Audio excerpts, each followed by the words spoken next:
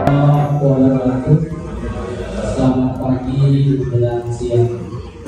Alhamdulillahirobbilalamin wa bihi nasta'in ala umuri dunya wassalatu wassalamu ala asyrofil mursalin wa ala alihi washabbihi ajmain.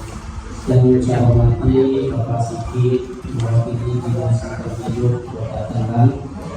Yang saya hormati Bapak Camat atau yang mewakili Muspika Kecamatan dari Pabadi, Selatan Timur dan Selatan, dan Tamil Kapolsek untuk Muspika. Yang saya hormati Bapak-bapak, Ibu-ibu dari perwakilan desa-desa yang berada di lokasi kegiatan. Yang saya hormati Bapak tokoh masyarakat, alim ulama, tokoh pemuda dan para penggerak PKK dan ibu yang hari ini cukup lumayan banyak yang hadir.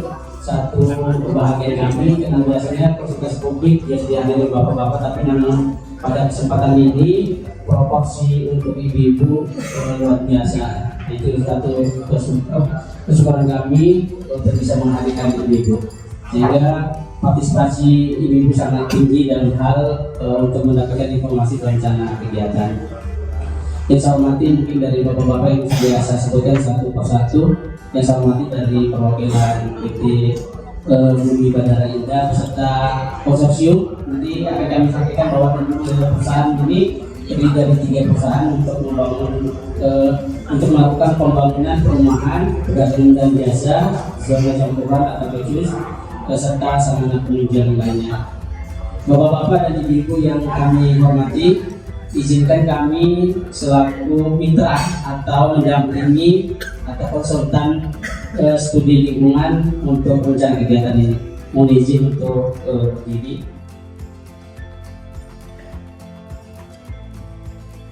Baik, tadi mungkin sudah ada gambaran secara singkat dari pemerintah dan hal ini adalah Dinas Lingkungan Hidup Kota Tangerang, bahwa pada dasarnya studi amdal itu dilakukan dalam rangka untuk menerbitkan nantinya persetujuan lingkungan atau izin lingkungan dan menerbitkan izin usaha. Jadi usaha itu belum boleh dilakukan atau dilaksanakan manakala perizinan atau dalam hal ini ada studi lingkungan itu belum final atau belum disetujui oleh pemerintah, dan begitu juga dengan perizinan-perizinan lainnya. Baik, kita lanjut ke materi utamanya, bahwa konsultasi publik dalam rangka penyusunan AMDAL kawasan. AMDAL mungkin bapak-bapak, ibu-ibu sudah tidak asing lagi, karena di sekitaran bapak-bapak laju pembangunan itu sangat masif Pak ya, sangat besar, sehingga sudah rutin melihat kegiatan-kegiatan sekitarnya, apalagi dengan bandara internasional Soekarno-Hatta yang pendidikannya sudah sangat pasif dalam hal pembangunan. Di mana rencana kegiatan itu adalah pembangunan perumahan, perdagangan dan jasa, zona campuran atau bejus, serta sarana penunjang lainnya. Adapun identitas pelaku usaha untuk kami sampaikan, PT Bumi Bandara Indah itu menjadi ada 3 perusahaan yang menyatu jadi satu konsorsium untuk melakukan pembangunan kawasan, Pak. Dan di dalamnya sudah ada akta yang akta notaris tentang kerjasama ketiga perusahaan tersebut. Jenis badan usaha adalah perseroan terbatas, di mana alamat perusahaan atau pemberangkatan Jalan Jen S. Parman, Kapling 22 sampai Kapling 24, Kecamatan Palmerah, Jakarta Barat, dengan nomor telepon dan fax. Mungkin mohon maaf kami belum masukkan nomor telepon dan alamat site atau lokasi kegiatan. Selanjutnya, badan usaha adalah rencana pembangunan perumahan, perdagangan dan jasa, zona campuran atau bejus, serta sarana penunjang lainnya. Sementara untuk penanggung jawab Bapak S. Pardi, namun pada hari ini beliau tidak hadir, namun langsung Pak Direktur utamanya yang hadir, Pak Laksana Sunarto tadi, yang sudah menyampaikan sambutan. Selanjutnya nomor induk usaha sudah kami munculkan. Selanjutnya adalah PKKPR yang terdiri dari 3 perusahaan, PT Bumi Bandara Indah yang luasan lahan yang diberikan oleh pemerintah itu kurang lebih 3.741.006 meter persegi, kalau didaftarkan menjadi 374 hektar. Begitu juga dengan PT Bina Abadi Selaras jika dikonversi menjadi sekitar 366 hektar. Selanjutnya untuk PT Nirwana Bandara Indah itu kurang lebih 341.000 meter persegi. Jika dikonversi jadi hektar kita 351. Karena di dalam KKPR itu menyebutnya luasan luasan lahan itu 1 meter, Pak. Jadi kedengaran kalau punya 10 hektar sudah 1 juta kan, seperti itu, atau 100 hektar. Jadi total lahan yang diajukan kepada pemerintah pusat itu adalah 1081,87 hektar. Namun nanti pada akhirnya ada penyesuaian dan berdasarkan mustaqilnya. Selanjutnya penyusunan studi AMDAL berdasarkan ketentuan yang diterbitkan oleh Kementerian Lingkungan Hidup dan Kehutanan, maka di dalam proses studi AMDAL harus terdiri dari 1 ketua yang bersertifikat atau berlisensi KTPA, ketua penyusun studi AMDAL. Dalam hal ini saya mewakili teman-teman selaku ketua, dan didukung oleh anggota tim ada Bapak Arif Asari, juga telah memiliki lisensi atau KTPA yang dikeluarkan oleh Kementerian LHK. Begitu juga dengan anggota lain, Pak Herman Lukman juga berlisensi KTPA. Adapun anggota lainnya itu adalah sifatnya mendukung dari rencana usaha. Dalam hal ini kegiatan multi sektor, tentu ada teknik sipil, ada ahli hidrologi, ada ahli kualitas udara, ada ahli biologi, termasuk ada perpetaan. Mungkin pada saat ini tidak semua tenaga ahli yang bisa hadir. Namun pada saat nanti pembahasan di Kementerian Lingkungan Hidup dan Kehutanan, insya Allah seluruh tim harus hadir, dan itu pertanggungjawaban dalam proses penyusunan studi AMDAL yang nantinya yang kami lakukan. Ini adalah bentuk lisensi kami yang sudah diterbitkan oleh Kementerian Lingkungan Hidup. Begitu juga dengan anggota-anggota lainnya yang berdasarkan ketentuan 1 ketua dan 2 anggota ataupun bisa ketua. Selanjutnya yang menjadi latar belakang tentu perkembangan dan kebutuhan hunian, terutama perumahan beserta fasilitas penunjangnya itu semakin pesat, semakin tinggi, semakin masif juga untuk perkembangannya. Dan salah satunya adalah Provinsi Banten, di mana di Provinsi Banten ini terdapat Bandara Internasional Soekarno-Hatta yang berimplikasi kepada tuntutan perkembangan sarana perumahan, apartemen, termasuk jasa-jasa lainnya juga menjadi tuntutan untuk ikut berkembang sebagai efek positif dari adanya bandara tersebut. Salah satu ini juga yang berada di zona wilayah Kabupaten Tangerang, karena Kabupaten Tangerang dan kota-kota sekitarnya merupakan wilayah penyangga ibu kota negara. Tentu dengan berkembang pesatnya ibu kota, tentu juga berimplikasi dan berkembangnya juga wilayah-wilayah penyangganya, termasuk di kota Tangerang dan Kabupaten Tangerang. Salah satu PT yang pada saat ini ingin berkontribusi dan ingin berinvestasi untuk penyediaan perumahan, termasuk perdagangan dan jasa, termasuk untuk berbagai fasilitas umumnya atau campuran serta umumnya adalah PT Bumi Bandara Indah, yang dimana ada PT Bina Abadi Selaras dan PT Nirwana Bandara Indah yang mereka masuk menjadi satu konsorsium. Selanjutnya adalah luasan lahan yang nanti dimanfaatkan itu berdasarkan KKPR-nya adalah 1081,87 hektar dengan luasan bangunan yang direncanakan kurang lebih 7.218.771 meter persegi. Tentu setiap rencana kegiatan berimplikasi terhadap lingkungan, baik yang bersifat positif maupun negatif. Tentu sesuai saran dan masukan tadi, yang positif kita bisa maksimalkan, yang negatif bisa kita minimalisir ataupun minimalkan sekecil mungkin dampak tersebut. Adanya kegiatan pembangunan ini tentu harus melalui sebuah kajian. Di dalamnya ada ketentuan di Permen LH nomor 4 tentang luasan bangunan dan luasan lahan yang apabila dilakukan sebuah perencanaan atau pembangunan wajib dilakukan studi AMDAL, di mana dalam ketentuan itu adalah minimal sama atau lebih besar dari 5 hektar. Itu adalah wajib AMDAL. atau luasan bangunan sama dengan 10.000 meter persegi atau lebih besar. Namun dari kedua kriteria ini, baik dari sisi luasan dan luasan bangunan dan luasan lahan, masuk kategori wajib AMDAL. Seperti itu. Selanjutnya, AMDAL itu jika kita lihat dari tujuan secara umumnya itu adalah setiap kegiatan proyek atau pembangunan itu ada 3 sisi yang harus dikedepankan. Yang pertama adalah sustainable secara lingkungan, artinya keberlanjutan secara lingkungan. Selanjutnya bisa diterima secara sosial bahwa kegiatan itu memang menjadi sebuah tuntutan dan keharusan. Sementara ketiga adalah menguntungkan secara ekonomi, baik oleh pemerakarsa, pemerintah maupun pengguna ataupun yang akan memanfaatkan dari rencana pembangunan tersebut. Selanjutnya tujuan penyusunan AMDAL yang pertama adalah mengidentifikasi dampak penting terhadap lingkungan. Yang kedua, nantinya melakukan perakiraan, mengevaluasi dampak penting terhadap lingkungan yang timbul akibat rencana usaha dan atau kegiatan. Yang ketiga, memberi rumusan pengelolaan dan pemantauan lingkungan hidup yang digunakan sebagai pedoman dalam pelaksanaan pengelolaan dan pemantauan lingkungan hidup. Ini salah satu tujuannya adalah untuk bagaimana melindungi lingkungan yang ada di tahap proyek dan sekitarnya. Seperti yang menjadi bahan masukan tadi, itu adalah tuntutan kita semua ya, ketika ada pembangunan, tentu lingkungan itu akan terjaga dan dilestarikan.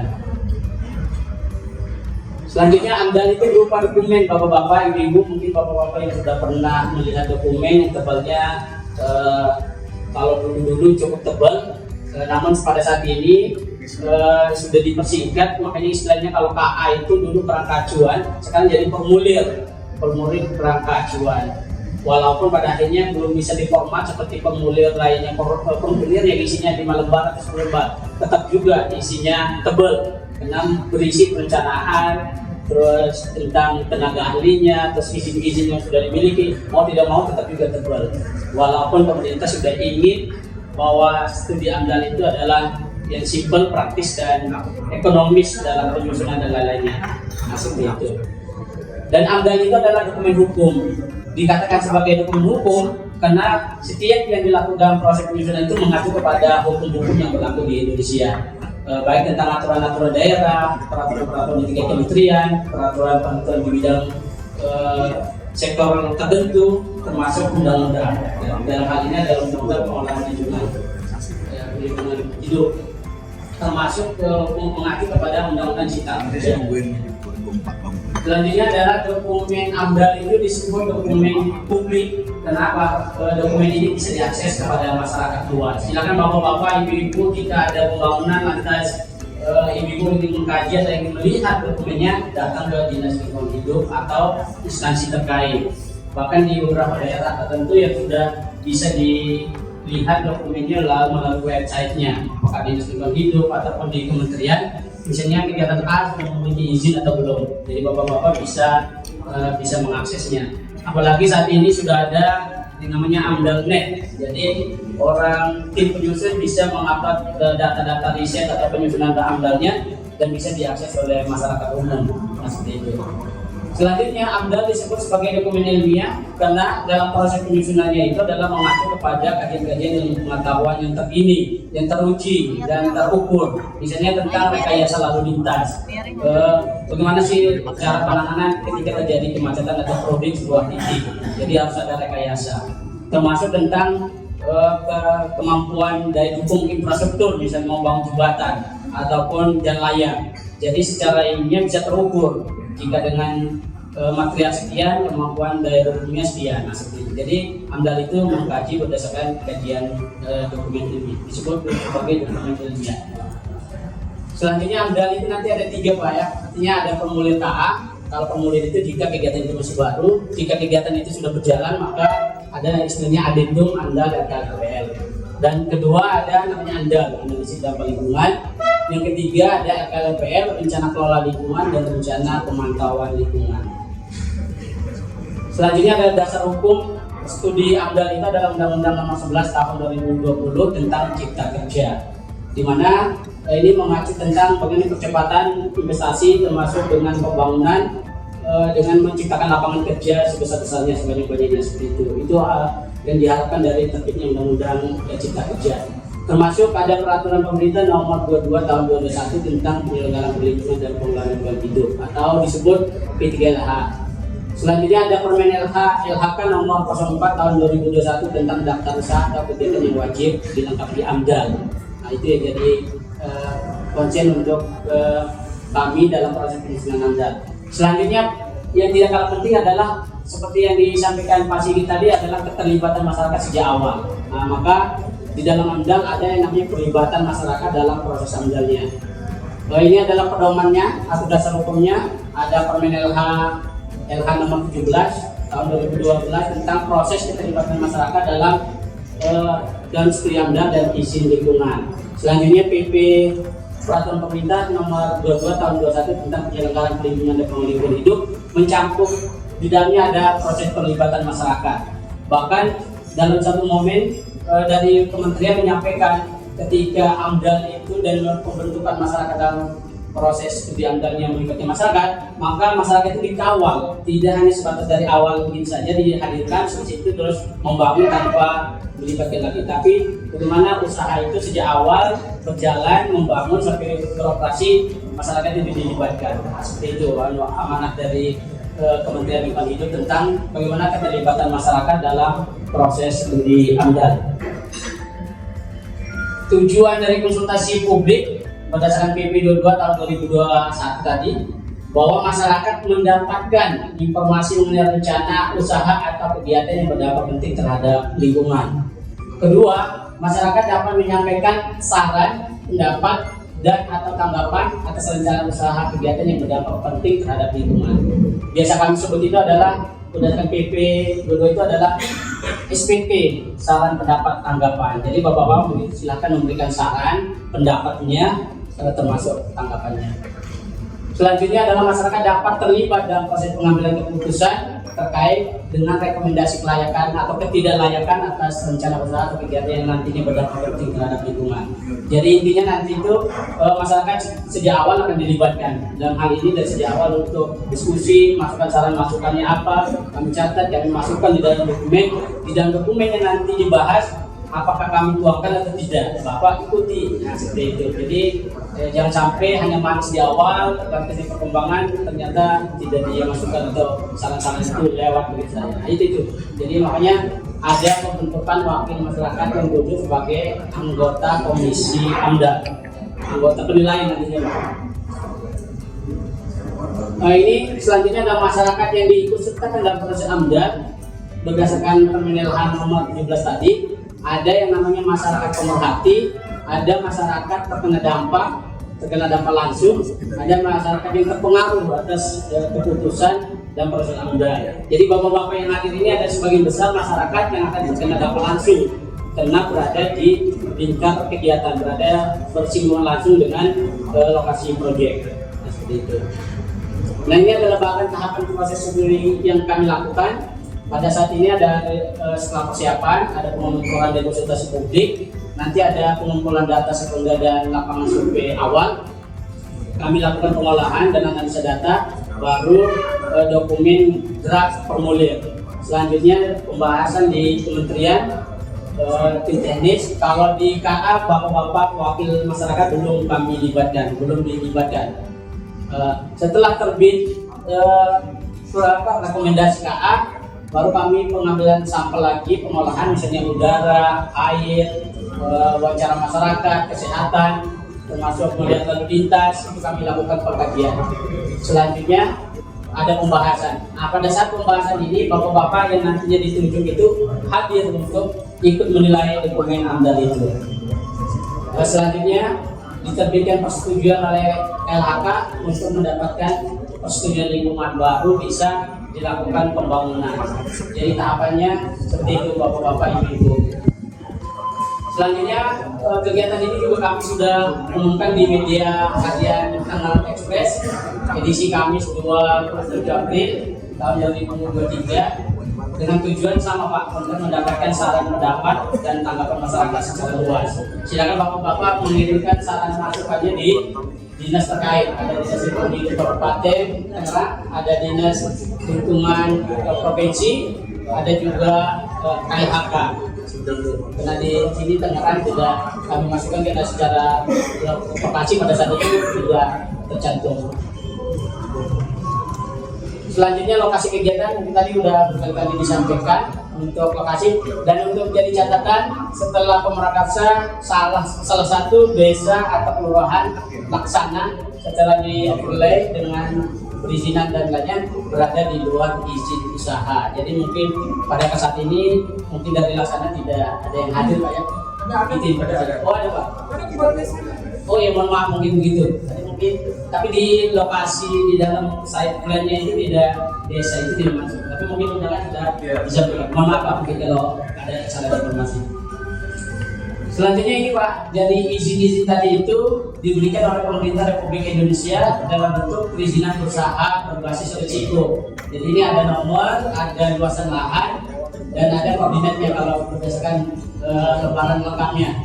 Begitu juga untuk PT Bina Abadi Selaras dengan status permodalannya adalah status penanaman modal asing. Ini juga nama PT, luasan lahan juga tertuang di dalamnya. Begitu juga dengan PT Nirwana Bandara Indah. Nah, jadi ini adalah overlay tadi koordinat yang diterbitkan oleh pemerintah memperlihatkan ketiga perusahaan tersebut. Nah ini yang warna biru yang PT Selaras ya, yang ini yang warna kuning. Nah ini yang Bumi Bandara Indah, yang selebihnya Nirwana. Selanjutnya adalah kesesuaian lokasi rencana kegiatan terhadap pemanfaatan ruang. Karena ini sudah terbit ke KPR-nya, berarti menunjukkan secara legalitas sudah memenuhi, namun tentu ini harus di-overlay dengan RT RW kabupaten, di mana pemanfaatannya itu adalah untuk pemukiman dan penunjangnya. Jadi tinggal untuk memperkuat, nanti ada arahan dari dinas PUPR atau tim forum penataan ruang untuk menegaskan bahwa lokasi itu sudah sesuai untuk peruntukannya, sehingga di belakang hari tidak ada celah untuk dilakukan semacam penolakan ataupun lainnya. Ini adalah PT Master Plan yang sudah disahkan oleh pemerintah, dalam hal ini Dinas Penanaman Modal dan Perizinan satu pintu Kabupaten Tangerang, dengan 3 perusahaan tadi karena tergabung dalam satu konsorsium sehingga diterbitkan satu master plan yang sudah disahkan. Ini adalah master plan-nya yang sudah disahkan, diterbitkan pada tanggal 23 Desember 2002. Dan di dalamnya dicantumkan berbagai ketentuan dalam hal pembangunan. Dari luasan lahan yang awalnya diberikan itu 1000 hektar, maka ada efektivitas lahan yang nantinya boleh dimanfaatkan itu adalah 676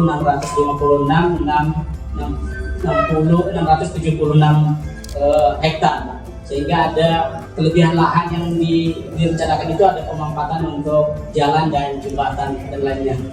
Dan di dalam ini dicantumkan berbagai ketentuan tentang bebas banjir, misalnya dilakukan pengkajian tentang pel banjir, tentang pengadaan akses bagi masyarakat yang tidak dibebaskan, itu tidak boleh Pak, ditutup. Nah jadi itu konsennya Pak ya. Jadi di dalam master plan ini sudah disebutkan, jadi lahan-lahan yang sudah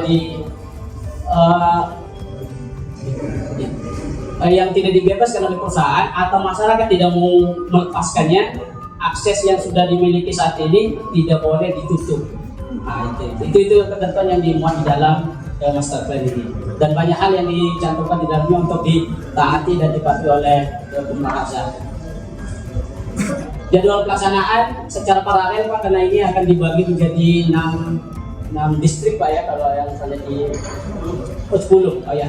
Jadi ada tahapan-tahapan yang dilakukan secara paralel. Misalnya untuk pembangunan rumah, misalnya itu di 2023 udah dimulai, termasuk untuk pembangunan jalan juga sudah dimulai di semester pertama dan semester kedua di 2023. Juga di tahun 2024 juga ada penambahan kegiatan juga untuk pembangunan base camp, dari sekarang sudah mulai di semester pertama dan semester kedua. Begitu juga dengan distrik selanjutnya nanti di bertahap. Ada distrik kedua itu di dimulai di 2027 ya, maaf ya. Jadi secara bertahap untuk dilakukan pembangunan di 10 distrik tersebut. Nantinya akan kelihatan di sini Pak bahwa ada jumlah unit-unit yang akan dibangun di setiap distriknya. Misalnya di tahun 2024 ada unit yang mau dibangun itu sekitar 320 unit dengan luasan lahan yang nantinya dipersiapkan itu 119,20 hektar. Begitu juga di tahap 2026 ada unit hunian yang mau dibangun untuk pembersihan lahan sekitar 56,52 hektar dengan unit huniannya adalah 320 unit. Nah, tentu dengan lokasi dan alat-alat pembangunan secara ini yang sudah dipenuhi standarnya. Begitu juga di tahun 2024, begitu 2025, 2026. Nah, ini tahun pelaksananya secara umum untuk ke 10 distrik tadi. Jadi pada distrik 1 itu dari 2023 sampai 2030. Terus nanti di distrik 1 itu dimulai dari 2030 sampai 2040. Distrik 3 dimulai dari 2023 sampai 2030. Distrik 4 begitu juga masuk di tahun depan. Dan distrik 5 dimulai dari 2025 sampai 2035 seperti itu. Dan ini adalah tahapan pengembangan secara keseluruhan. Selanjutnya yang tidak kalah penting pada perencanaan pembangunan ini adalah tentang jumlah tenaga kerja yang nantinya terlibat baik di tahap pembangunan distrik 1 sampai distrik 6. Jadi bapak-bapak, ibu-ibu yang punya anak-anak yang masuk usia kerja dan memiliki skill, silakan mungkin menghubungi ataupun berinteraksi atau membentuk forum komunikasi desa sekitar sehingga peluang kesempatan ini bisa diraih gitu Pak. Artinya tanpa mengurangi tentu dengan syarat dan kualifikasi ya. Misalnya kalau sipil benar-benar sarjana sipil, nah seperti itu. Misalnya dia ingin seorang manajer, dia memang punya latar belakang kemampuan manajerialnya bagus. Nah, tapi jika dia sudah ada komitmen dan pemrakasan untuk melibatkan masyarakat setempat, itu yang harus dijaga. Terus masyarakat juga yang punya anak usia didik atau yang sudah selesai kuliah, silakan untuk mencoba maksudnya mengajukan untuk bisa terlibat di dalamnya. Ini jumlah cukup besar Pak untuk tenaga skill nih Pak ya, sampai 1.297 orang. Nah, ini unit bangunannya jumlahnya. Selanjutnya yang tidak kalah penting yang harus kami sampaikan pada pelaksanaan konsultasi publik itu adalah tahapan rencana pembangunan. Ada namanya prakonstruksi, ya seperti saat ini ada kegiatan survei, ada perencanaan, ada penyampaian informasi.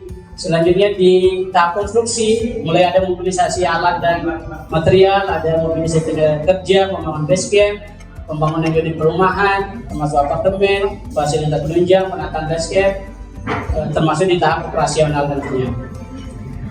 Selanjutnya yang harus kami sampaikan kepada bapak-bapak dan ibu-ibu, di samping rencana kegiatan yang direncanakan, kami juga harus menyampaikan bahwa dari tahapan itu ada dampak yang akan terjadi. Di tahap prakonstruksi ada perubahan persepsi masyarakat. Artinya di gambaran masyarakat itu ada apa yang mau dibangun, apa dampaknya, apa pengelolaannya, apa risikonya. Jadi itu berkembang. Itu pada tahap awal. Selanjutnya pada tahap konstruksi akan ada penurunan kualitas udara, kena mobilisasi alat, berjalan mungkin yang becek atau tidak bagus sehingga menimbulkan penurunan kualitas udara. Begitu juga dengan kebisingan alat material, ada perubahan persepsi masyarakat, ada perubahan vegetasi, ada limbah. Maksudnya limbah di sini adalah air Pak ya, air hasil buangan setelah dipakai oleh para pekerja dan penghuni rumah atau fasilitas penunjang lainnya. Begitu juga di tahap operasi ada dihasilkan limbah, ada peningkatan sampah, ada perubahan persepsi, ada peningkatan kesempatan kerja, peningkatan pendapatan dan peluang usaha. Bapak-bapak, ibu-ibu, Pemrakasan sudah mengantongi juga tentang Rekom Pil Banjir. Pil Banjir ini adalah mengkaji tentang bagaimana pengelolaan banjir dan pengelolaan air yang ada di Tapak Project.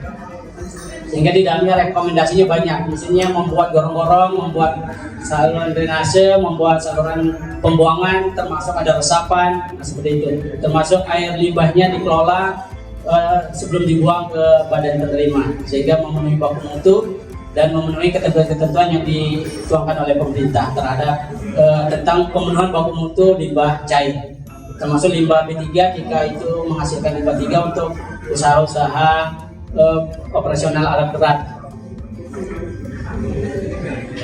Ini adalah lampiran film banjirnya, jadi ada pembangunan jalan, ada pembangunan drainase, ada transportasi, sistem transportasi di dalam kawasan, termasuk ruang terbuka hijau yang meliputi seluruhnya, Pak. Jadi nanti ada spot-spot yang meliputi di bagian taman dan termasuk jalan-jalan itu ada penghijauannya. Itu adalah bagian dari RTH atau terbuka publik, ruang terbuka publik. Termasuk lebar jalan, Pak, itu kurang lebih 3 RO-nya 35 meter, jadi cukup luas. Begitu juga ada di bagian tertentu ada dengan ROW-nya 26, ada juga 20 ketika sudah masuk di komplek, termasuk juga ada yang ROW 18. Ini adalah ilustrasi akses dari arah bandara Suta atau perimeter utara, Pak. Jadi untuk menghindari terjadinya kemacetan dan kredit di kapal proyek dan tujuan akan dibangun jembatan, Pak. Ini ada gambarannya. Ini sehingga kegiatan ini dampak terhadap lalu lintas di sekitar bisa diminimalisir dan bisa menjadi solusi selama ini jika terjadi kemacetan ataupun kredit di sekitar lokasi yang pada saat belum membangun sudah terjadi. Ini adalah rencana kelola yang sudah disiapkan oleh pemrakarsa, baik pendekatan institusi, pendekatan teknologi. Baik Bapak-Bapak dan Ibu-Ibu, demikian yang bisa kami paparkan terhadap materi konsultasi publik. Besar harapan kami untuk Bapak-Bapak, Ibu-Ibu bisa menuangkan saran pendapat tanggapannya baik secara tertulis maupun nanti disampaikan secara lisan di forum ini. Dan nanti akan kami tuangkan dalam berita acara tentang saran masukan Bapak-Bapak, Ibu-Ibu semua. Demikian, apabila ada penyampaian tadi ada yang salah dan kurang berkenan di hati Bapak-Bapak, mohon dimaafkan. Dan saya akhiri ucapan terima kasih. Billahi taufiq wal hidayah. Wassalamualaikum warahmatullahi wabarakatuh. Saya kembalikan ke MC atau pimpinan. Baik, terima kasih Pak Muhammad Ihsan untuk paparan konsultasi publik AMDA-nya. Selanjutnya masuk ke dalam sesi diskusi yang akan dipandu oleh Pak Nasir. Kepada Pak Nasir untuk waktu dan tempat dipersilakan.